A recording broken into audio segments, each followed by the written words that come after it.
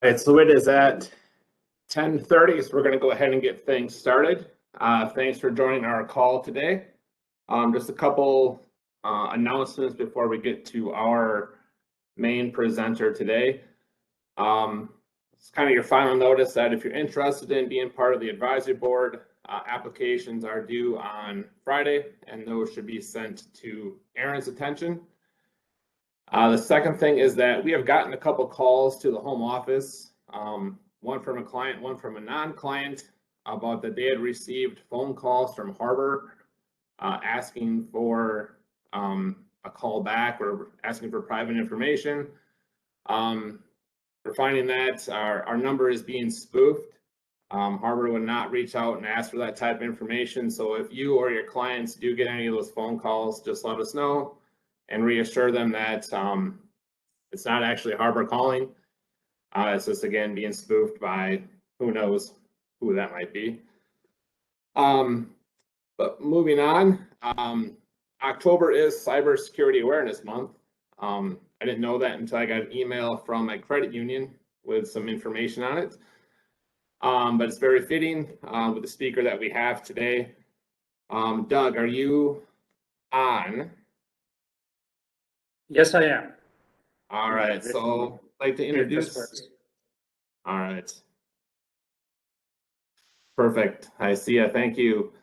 So just a quick introduction. This is Doug Raubal with the FBI. So Special Agent Doug Raubal. I think you're based in Madison, correct? Correct. Our office is out in Middleton by World of Beers. Dickey's Barbecue is the best place to describe it. We're in that building right behind it. Okay, very good. You want to go ahead and get things kicked off for us? Sure. So I apologize a little bit. Not real used to Webex. We don't do a ton of presentations like this using the different platforms outside the bureau. So bear with me a little bit on these. Most of our stuff's internal. So anyway, my name is Doug Raubal. I'm a special agent with the FBI. I've been with the bureau for about 19 years. I've moved around a bit, headquarters, Detroit, Madison now. And I've worked cyber for quite a few years. I'm actually from Wisconsin, originally have a degree in engineering from the University of Wisconsin. Found my way back here after a decade or more. And today I'm going to be talking a little bit about cybersecurity issues. Presentation I'm going to give, I got a PowerPoint here I'm going to go through. Hopefully it'll come up and everybody can see it. I'm going to cover some basic stuff about the FBI first very briefly, but at the end of the day, what I really want to do is to have people be able to have some information to take home and things they can actually action on. Things which they can say, oh, I need to go home and make a list and do this and this. This will apply both to your work environment and to your personal environment. I don't know how you want to handle questions. If you want to just save them to the end, if you want to have people jump in, I'll let the moderators decide how they want to handle that. Yeah, as far as questions go, you can go ahead and use the chat, or if you do want to unmute yourself and ask during the session, that's totally fine as well. Either Travis or myself will keep an eye on the chat and pass those along. All right, sounds good. Yeah, whatever works for people. All right, let me try to get started here. I'm gonna see how this works. Go to slideshow. All right, can people see this? Yes. All right, good. So I call it individual use because a lot of what we do is also enterprise network security, and you already have enterprise people. You have people who manage your networks and such. So we're going to leave that to those guys. I'm going to talk more about what you as individuals can do to make your interactions for work and personal life more secure. First thing we do is we are mandated to throw up our little learning objective. It's we're the bureau, so we had to put that up there. Self-explanatory. Move on. A little bit about the bureau first before we get into things more specific to cyber. These have been the FBI's investigative priorities for quite some time. You can read them yourself. You see cyber comes in number 3. Counterterrorism has been number 1 since 9/11, and I see that not changing anytime too soon. But the thing about cyber, and by the way, that guy in that picture, he's in about every brochure the FBI's put out for the last 15 years. He's probably been retired, but it's kind of he wasn't happy at all, and he got publicized so well. It's kind of a funny story in a sense. Anyway, so this is the thing about cyber, though. Cyber may be the number 3 priority technically, but it touches everything. There's not a single major priority the FBI has that cyber doesn't actually interface with. It doesn't matter what it is, whether it's simply gangs on the street or foreign counterintelligence investigations, cyber is always an integral part of it. And so it's pulled out separate in the FBI. I guess one day that may not happen. It may be more integrated with individual priority areas. But for right now, it's treated a little bit separately. And the reason for that is certain aspects of it that get more complex require a higher degree of training and experience. Although they're moving things off. When I started, intellectual property rights, child pornography were held within the cyber division. Those things have been put out to the criminal investigative division. They've also taken over some of the dark web forums, are moving on to other ones. So for the FBI, cyber really tends to focus more on complex criminal malware and nation state issues. This is an older quote, but from former Director Mueller. Kind of speaks for itself, the threat that we see, and I think we're seeing this come to fruition almost 10 years later. A little more current, but also this is absolutely true. You think about it. Take away the internet. Imagine having to go to your bank every time you want to do something with money. Think about the apps on your phone, whether it's for communication, Facebook. I mean, look at all the companies who get their secrets stolen by foreign adversaries. And Director Comey is right. Our secrets, our information, our money are all on the internet, so it's really going to draw people into it. From the FBI's perspective, this is how we look across the range of threats. Everything from the hacktivists, the anonymous, who really they do break some laws sometimes. They're the ones that'll put people's information online. They'll dox them, it's called. We have the actual cyber crime, which is more what we're going to talk about today. Insider threats. A lot of companies are standing up insider threat programs because they're concerned about people on the inside stealing money. Or actually, a trend recently has been where the criminal enterprises will find a disgruntled employee. There's something on LinkedIn. They'll look at their social media, and they'll actually approach that person and say, "Hey, here's 10 grand, 50 grand. If you just plug this thumb drive we send you into your company's networks." That's actually starting to become a little more common. Espionage, obviously now we're getting into the national security matters. We see this, we spend a lot of time on the espionage investigations. Cyber terrorism, it's a thing, it's out there. There haven't been a lot of successful cases of this yet, but it is something on our radar. Probably warfare. Warfare is something that comes outside of the FBI's prerogative. That's something that Department of Defense handles, but we do keep our eye on that and have some awareness of it. So a couple terms I want to get through real quick before we get into the meat of the matter. You'll hear these terms: threat, vulnerability, or exploit. It's a threat anything can harm your computer. So we always tend to think of this being a person, but it could be your house burns down and your laptop and all your backups got destroyed. A vulnerability is just a weakness. And we'll go through a lot of these different items. Operating system, your employees aren't trained right. No input validation. That has more to do with when you fill out a form online. If you go to any form and it's got the blanks you fill in, if they haven't configured it correctly, you can actually put computer code into those lines. Instead of your name, you put in some computer code, and you can actually start to affect the backend database and stuff. So those are all vulnerabilities which programmers and cybersecurity experts tend to address. Finally, an exploit. Exploit can be a lot of things. It can be a software. It can be a person. It can be part of social engineering. And we're going to launch into that a little bit too. But these are different terms that you might hear thrown around, and they can sometimes get used a little bit incorrectly. So I just wanted to throw those up there for definitional purposes. So basic host security. So Mandiant, if you haven't heard of them, they're a very large, very successful cybersecurity firm. And what they've said here is something that we see again and again. The vast majority of the hacks are things that have been done for years. And we'll get into how you can work on that a little bit. You'll hear things called zero-day exploits, and those are things we haven't seen before. There's no defense against them. Someone figured out the flaw, a vulnerability in an operating system or in a computer network, in a web page, and they can get in and do something. 99% are done with methods that have been around forever, which gives us a little bit of an advantage. So I say host security. When we say host, computer networks are divided into two things generally: servers and hosts. A host is basically your computer. It is the endpoint. It is the thing you actually sit down and type on. So this is basically called your machine. And the things you can do is, like I just said, 99% of these attacks happen through means that we already know. And tons of them are through basically weaknesses, exploits that should have been patched long ago. Everybody should always update and patch their machines all the time. I saw a map a little while ago of botnets, which are basically someone puts malware on your computer and they take control, and they can do all sorts of nefarious things with your computer as part of a larger network of computers it hacked into. And the vast majority of these seem to be over in the Far East and China and some other and some poor countries as well. And the reason behind that was, it wasn't that they were people doing anything wrong. It was that they used a lot of counterfeit copies of operating systems, which never got updated, which made them very vulnerable. So that's something that's really important to do, is just keep your machines patched. These are basic, these sound like pretty fundamental things, but they're really important, the things a lot of people just don't do.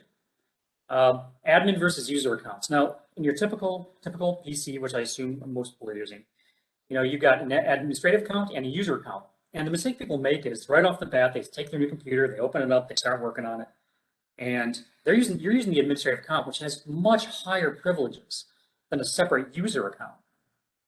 And so basically, if you're using the admin account for all of your daily work, it's much easier if someone hacks in. Now they've got all the privileges that you have as the administrator. And it gives them a lot more ability to get into your system and install the software they want. Now, if you create a separate user account, like say you got, like people do this with their kids. Like you got your account, you got 3 kids. So you make kids accounts for your computer so they don't mess with all your settings and mess with all of everything you've got going on. That's the kind of user account I'm talking about. Create a separate user account, and you only use the admin account when you need to do something that requires administrative privileges. You use the user account for everything else daily. Antiviruses. Microsoft Defender is much better than it used to be. It's not bad at all, but it doesn't hurt to have a little more on your computer. There's a ton of them out there. You can go to CNET, you can go to PC Magazine, and pick one that works well for you. Once again, they don't stop like the 0 days from coming in, these brand new ones, but they'll get rid of a lot of them. You got to realize, if you're not being specifically targeted by an adversary, if you're a high-ranking government official or someone they really want to get at, they're going to pull all the stops on all this stuff. The vast majority of crimes you're going to see are really crimes of opportunity. And antivirus helps weed out a lot of those items. Apps, apps aren't just for our phones. I see so many times where both for phones and computers, people get in trouble as you'll see a headline, 5 million phones have downloaded this malicious app. Well, this app wasn't in Google Play Store, it wasn't in the Apple App Store. They just downloaded from some website. Never a good idea. The other places aren't completely safe, but they're much safer than just downloading things off the net. And finally, most laptops today, almost all home computers have a firewall. Just turn it on, use it. Even if you just go to the default settings on it. A lot of people leave that off. And once again, we're not trying to keep Russia and China out of your computers. We're trying to keep the average cyber criminal out of your computers. And the firewall is just one more thing you can do to help. Second thing you can do to secure your home machine, and this is something you can Google how to do this. This is getting a little more into the weeds, but there's something called a file transfer protocol, and there's SQL. It's a database system that they use for the back end of a lot of things. There's a lot of services like this which are automatically on your computer, and you want to shut those off. There's no reason to have those on for a typical computer unless you're using file transfer protocol to move files around. And just like the next one, RDP, Remote Desktop Protocol. I can't tell how many times that people have had Remote Desktop Protocol turned on when they don't need it, and it is a major road in your computer. Now, what uses that? I got called to a company here about a year or two ago, and as soon as they did one of those, My PC from Home, you see them advertised. So you can leave your PC at work, put this My PC Anywhere type. I'm picking on them. This is any of these companies that do this. Leave it there, And then you can go home and you can log in to your another computer from your home computer or anywhere. And it's just like being there. And that uses something called remote desktop protocol. And if people don't secure those with the right passwords and authentication, it's a major route in. We see that one pretty regularly. Now, in terms of physical theft, that's always concerned too. I mean, people leave their, you go out after work, you leave your computer in your car, especially a company like yours probably has a lot of confidential customer information on it, and you really don't want that to get stolen. So many of these big reports see where information gets stolen, laptop gets taken, people are worried about it. Would have really been solved, well, first of all, if you didn't leave your laptop laying around, but sometimes it's just nature and you're going somewhere and just a few minutes in the store and it's gone. These things happen. The companies, the major laptop providers, they do provide built-in systems. Mac's got Firewall, Windows has BitLocker. Make a good password you remember and won't forget. And utilize that to it does full disk encryption. And this is really useful if the computer isn't. If your computer's on, it does you no good. If someone steals your computer that's turned on, no bueno there. It's a problem. We had a guy we went after once. He was a major user manager of a dark website that we really wanted his computer, but he had a full disk encrypted. We were sure of it. And so we actually got to him he went to a library to use his computer. And while he was using his computer, open, on, connected to the Wi-Fi, he was doing his work, basically had two agents behind him get into a fist fight, a phony fist fight. And when he turned around to see what was going on, the guy next to him grabbed his computer and ran like hell with it. So we had the computer on, we had it open. So even though we had Firewall to BitLocker on it, the computer was open, it was on, didn't do him any good. But for the computer you shut off and leave at home, leave the business during the week, put in your car, really want to do full disk encryption. It will really prevent if someone unfortunately does get their hands on your computer. As long as you use a good password to set it up, they won't be able to get into it. It'll just be a brick. So now some tactics that they use. This statement, Bruce Snyder's been around a long time. I don't agree with this 100%. He makes a good point. Or the majority of criminal activity we see, the nation states, they're very good at technical exploits. But even technical exploits, even the really good ones, to get a piece of malware on your computer, to get a something on your system that they can exploit and utilize, a lot of times they have to do it through people. I remember this. I've seen the series Mr. Robot. That's a line from the movie from the series. It's on Amazon Prime if you want to see it. It's actually technically very accurate. It's just they do things much faster, and individuals have more cumulative ability than you see in real life. But the things they actually do are doable. So, but social engineering, it's how so many of these get started. I heard you talk about something just a moment ago where people are calling up saying they're from your organization and trying to get information out of them. Classic social engineering. And they can use it for all sorts of things. And then in regard to that cartoon on the right, one of the things I always say is privacy is dead. It was a suicide. People give up so much personal information that can be used against them, whether it's your LinkedIn account, your Facebook account, and they can utilize the information as well to social engineer you. It's pretty common. They'll do phone calls, they'll do emails. Give an example of how one works with emails, real quick. We'll go to phishing over here. So if you're to phishing and spear phishing,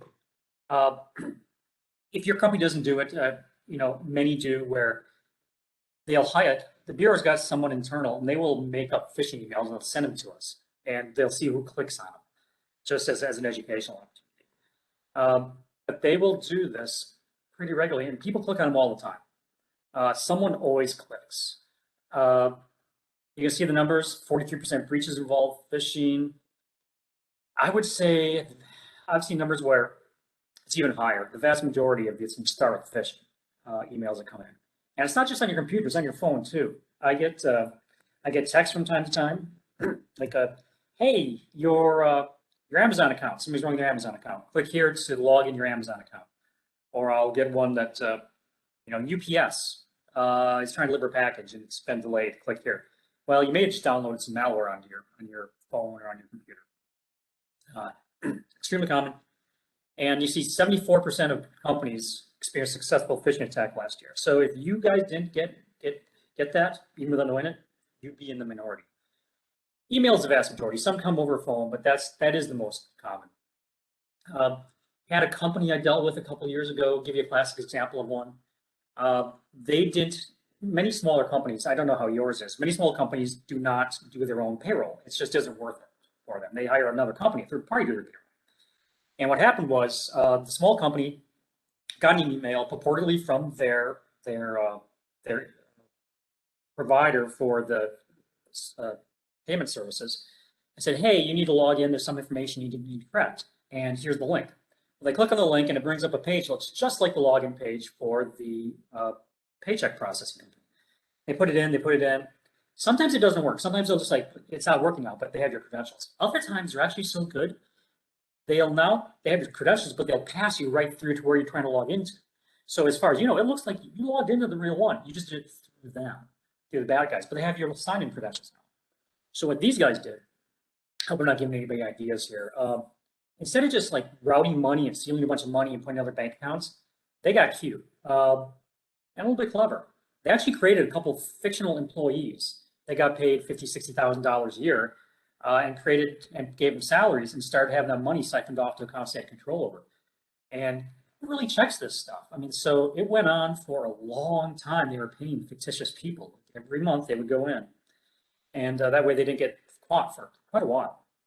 But that's a classic credential compromise you might get in phishing. You get it for emails, you get it for, you name it. If you're going to log in to do it, your bank, whatever, they can phish you for it. And sometimes there's something called that spear phishing is very specific. So Jim, if they wanted to get you, they would actually create an email very specifically tailored to you, what they know about you. They may have gotten off of your Facebook page, they may have gotten off of your social or professional media, so they know about you. And they'll do something that sounds, geez, that only someone who knows me would know this information. It must be safe to come. So, other things go through here. Oh yeah, these are the most common subject lines, and so you can read through those. These aren't the only ones by any means, but these are in the last year. These are the most common ones people would do. Of course, I get things like if I got a Twitter security account, I'd go, I don't have Twitter, so clearly this is a problem. But if people don't use Webex, you might get a Webex item that comes up, hey, click here, you missed a meeting. So those are just common examples. Phishing websites. So they used to do, you can see they used to be malware sites, and I'll talk a little about that too. Phishing sites have gone way up, where then you click on there's actually websites you go to in order to, and they'll actually phish your information right from the website itself. Become extremely prevalent.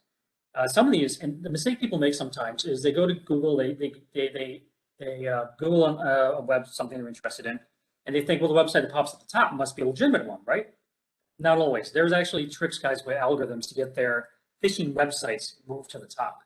And the phishing websites can do everything from simply redirect you to steal credentials, put some malware on you, a number of things. But the whole point behind this graph is showing how the increase in phishing websites is increasing exponentially. This is a little bit of a side note. I don't want to get too far in the weeds with this, but this is how sometimes bad things can happen to you, even if you do everything right. So, classic example, attacker goes to a legitimate web application. So where we've seen this happen is when you go to a commercial website, ESPN, CNN, whatever it is, you just want to look at the news. You'll notice there's always advertising banners here and there. Well, ESPN, they don't put that content in there. They sell that space. It's like a billboard out on the highway. They just sell that space to third-party companies, and they load what they want into those things. And what's happening for a while is these guys would come in, and they would actually load up malicious ads on there. So even if you don't load the ad, you go to a legitimate site, you still get hit. And this is one of the ways it would happen. But a lot of times they go to like a legitimate website, and they'll basically find one that can be compromised. It's got vulnerabilities. They'll compromise it. They'll upload some malicious JavaScript to it, and then they've got you as the victim. For some reason, it's either a website they know you go to regularly for whatever reason. If you're a realtor, you might go to a certain realtor-based website. They'll get inside that, or they might have a way through phishing of directing to it. And then you send a request to that website, and you don't have to do anything. You just go to that website.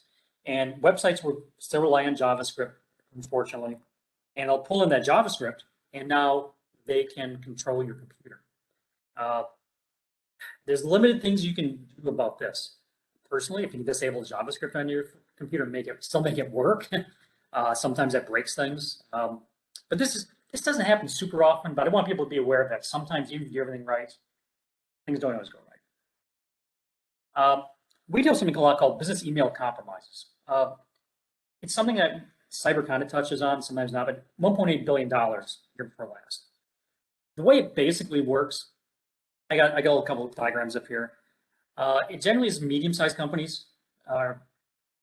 Really big companies tend to have mechanisms in place which prevent this from happening. I worked on a case where there was a company, it was a grocery store company, and this was actually a social engineering type one, but they do with emails, and they'll back it up with emails as well. Where someone called up this grocery store company and said, "Hey, I'm from the Frito-Lay chip company, and hey, we've changed our account receivable information," and the person knew the old account. They knew the right name, they had the right terminology. It seemed to know everything. The guy's like, okay, well, I'll put it in. So you put it into account payable information. Well, account payable and account receivable to Frito-Lay. A couple months later, Frito-Lay calls up the company and goes, "Hey, where's our money for all the chips we've been sending you?" They're like, "We're sending it to you." He said, "No, you haven't." And ends up that someone had just called in and talked him into putting a phony change in the account where the money was going to. And they can do this with phone calls. Because people can be very convincing. They can do lookalike domains, and I'm going to cover this in a second. Lookalike domains, they can just outright spoof email, for example, or a compromised account. So lookalike domain, I'll show you one of those in a second. Spoof means someone just, like you use your phone calls are spoofed. You can look at the from line in email, and it's not where the email came from. Or someone actually hacking their account and is using their actual account. What we usually see is actually happen in small companies is someone will make believe they're the CEO of the company through one of these means, and they will send an email to the accounts payable people with an attachment like, "Hey, pay $55,325 of this bill and pay this out to this company." And they're like, "Well, it came from the CIO or someone or the COO, and it's good, I guess." And they would take it, and he told me to, so I pay it out. And it didn't come from him at all. That actually is a very common event. We see that one pretty regularly. And they'll do a lot of research beforehand. They'll call up companies and they'll make a few calls beforehand, kind of feel out who's who, look online. A lot of this can be figured out from there. This is a typical email compromise. Like I said, first one is an example. There's as you can imagine, there's endless varieties.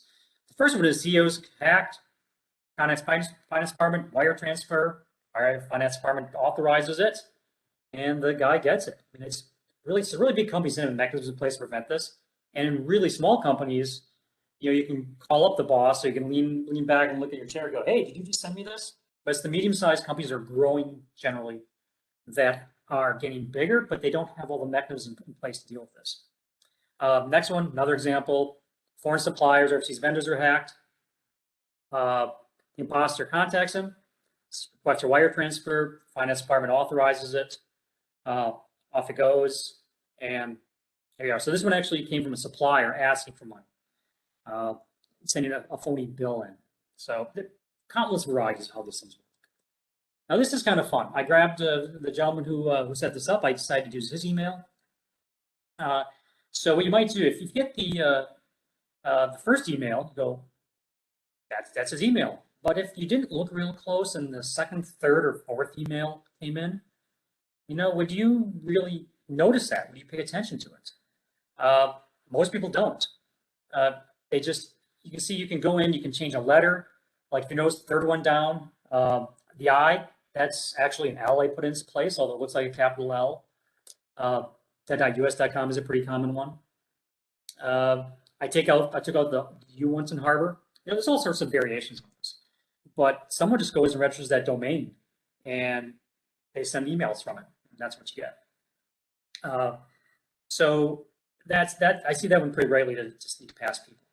Next one is spoofed emails. Now, there's something, if you look at the header of an email, if you expand the header of an email you get, and you can just Google how to expand headers on different email platforms.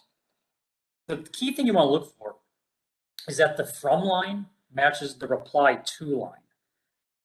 It's not 100% guaranteed. It could still be a compromised account, but in terms of spoofing, reply to is basically the bounce back email address. Most email providers, if you get a phony, if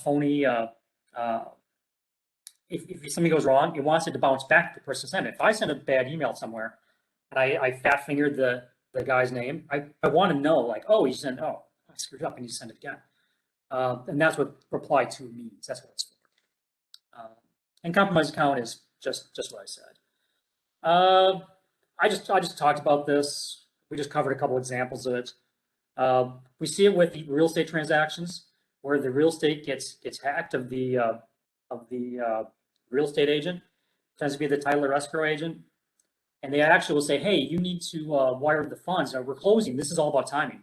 Say, hey, we're closing the house in next week, and they'll know that they really are closing the house next week. And they'll say, hey, you need to, here's where you need to wire the funds to for the escrow. And then people will wire it there, and then the real estate agent or escrow agent contacts them and says, so here's the money. And guy made away with their whole escrow payment. So that's a real estate variant on it. It's pretty common. Ransomware, everybody gets hit, individuals get hit, enterprises get hit. One trend that we've seen that's just become the norm now is before someone actually encrypts all your stuff, this is at an enterprise level, individual, not so much, but an enterprise. They will exfiltrate a bunch of data from you, your customer data, personal data, salary data, whatever they can find. And they will, if you don't pay, even if you can reconstitute your system, you've got backups. So to heck with them, we got backups. We can just stand right back up. Well, they're gonna extort you, or they're gonna put that on a website on the dark web for everybody to look at and use. So pay or not pay, the Bureau's official stance is not to pay, because if nobody ever paid, then these guys wouldn't do it. But at the same time, we understand that it's why people do it sometimes. I mean, even if I'm an individual, if you're a graduate student, you had 5 years of work trying to get your PhD, it was all on your computer and it just got encrypted. Somebody wants $5 grand, you're paying the $5 grand, and I get it. Mitigation, backups are good. Backups prevent things like an individual basis. It's good. It's good for a corporation. Always back up everything anyway.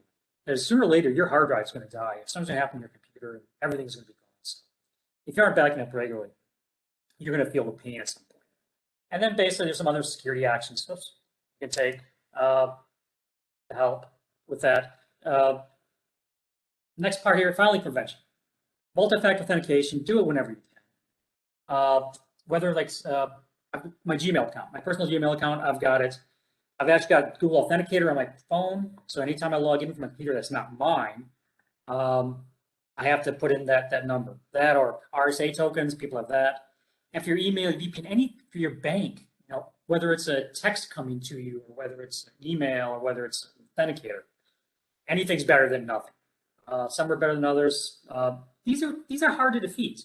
They can be defeated, but someone's got to be really wanting to do that. You can knock out the vast majority of these issues by just having two-factor, multi-factor authentication.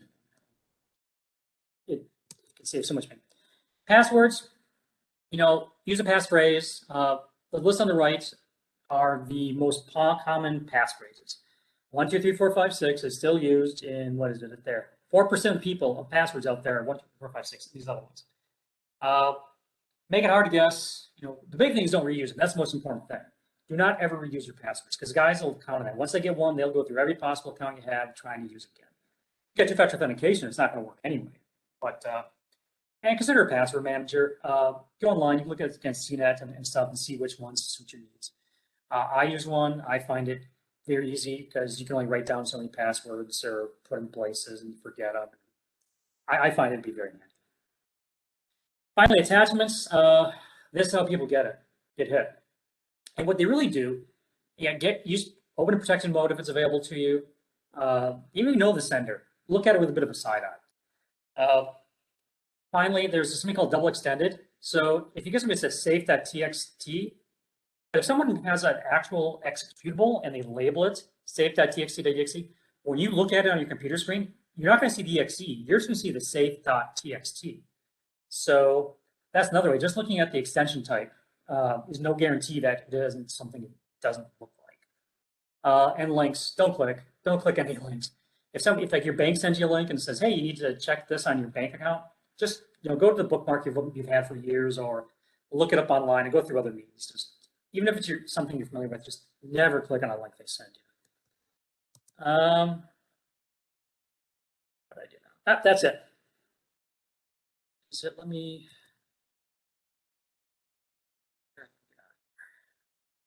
Stop.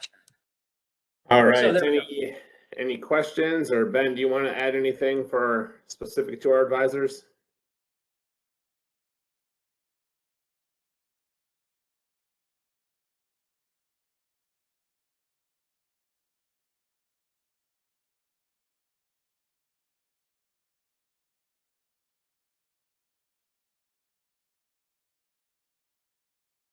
I'm sorry if you didn't hear me here. What I was saying is there's a lot of great ideas.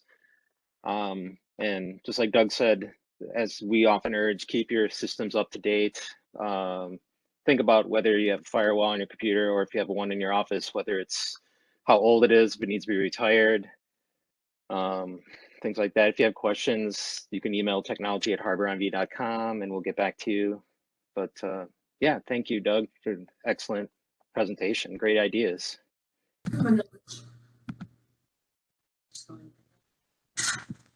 Aaron and Travis, do you have anything else to add? Sorry, Hey, Sorry, go ahead. Yeah, sorry. I mean, it wouldn't be a meeting without a question from me, right? So I keep hearing password manager a lot, and I'm going to show my ignorance here that I am not familiar with what a password manager is.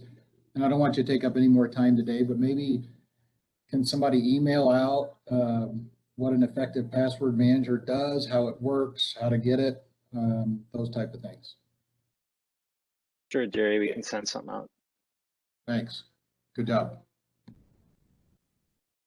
Thanks, Jerry. Great. Well, if there's any questions, you guys can contact me. I think one of you have my contact information. You don't have to share with people. That's fine. They can reach out to us. And I hope that was helpful. Yeah, no, I very much appreciate your time. It's definitely valuable information that everyone needs to be aware of. So it's definitely something that we've talked about in past calls and at our audits and at the conference as well. So try and keep people up to These date. guys are making a lot of money yet, and they're not stopping. So it's so easy to become a victim of all this.